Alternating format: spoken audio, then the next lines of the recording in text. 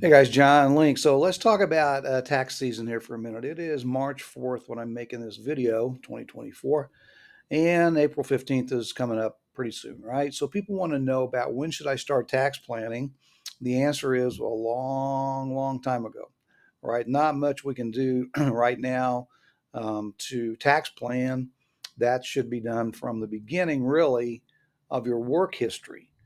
Now, we have a lot of clients right now from parents and grandparents that are coming in that are in their early 20s and so on and so forth.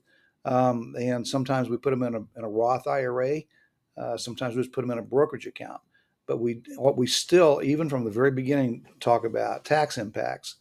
We can make some moves now depending on um, what you have in your asset base. But most people, most of their assets are in some kind of a qualified plan. Qualified meaning they qualify for special tax treatment under the IRS code.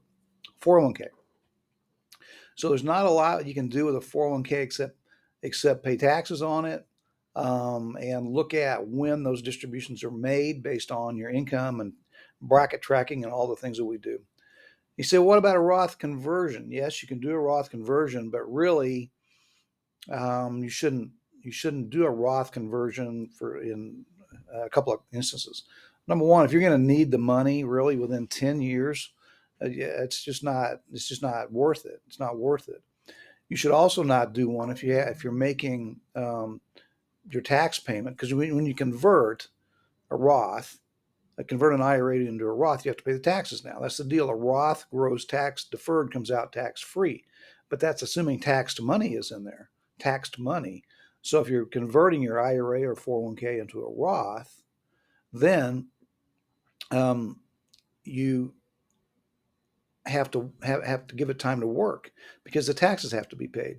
You would never want to use money inside of your qualified plan to pay the taxes. So say to make the math easier, you have $100,000 you want to convert to a Roth, and you're let's just say in a 25% tax bracket total. Well, that's going to cost you $25,000 to do that. If you pay for it out of the converted funds, now you're starting with 75. We talked in a very recent video about the power of compound interest, right? You're starting with 75 instead of 100.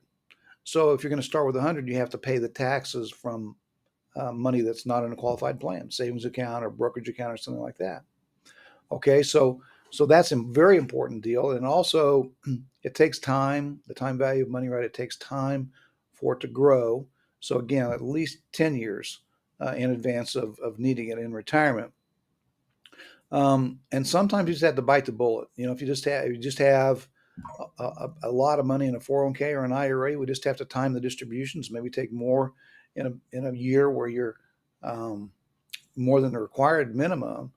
In a year where you're not going to be in as high a tax bracket or kind of work like that. But as far as actually making tax moves right now, not a lot that can be done. Also, I wanted to mention about Roth IRAs.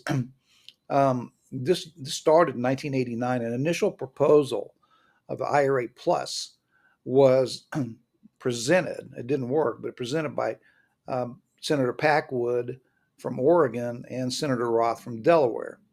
Well, the Tax Cuts and the Taxpayer Relief Act of 1997 is when it worked, but it was only Roth that stayed um, on the bill. So Packwood guy has been left out. Same kind of idea as IRA Plus, 8 years earlier. Anyway, a lot of things that can be done early on for tax planning. Again, we have people that are very young.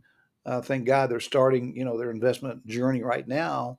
But we have to really time things out to see if it's in your best interest or not to recommend any kind of a conversion. There are other tax strategies available, but most of them are going to require, some kind of non-qualified account.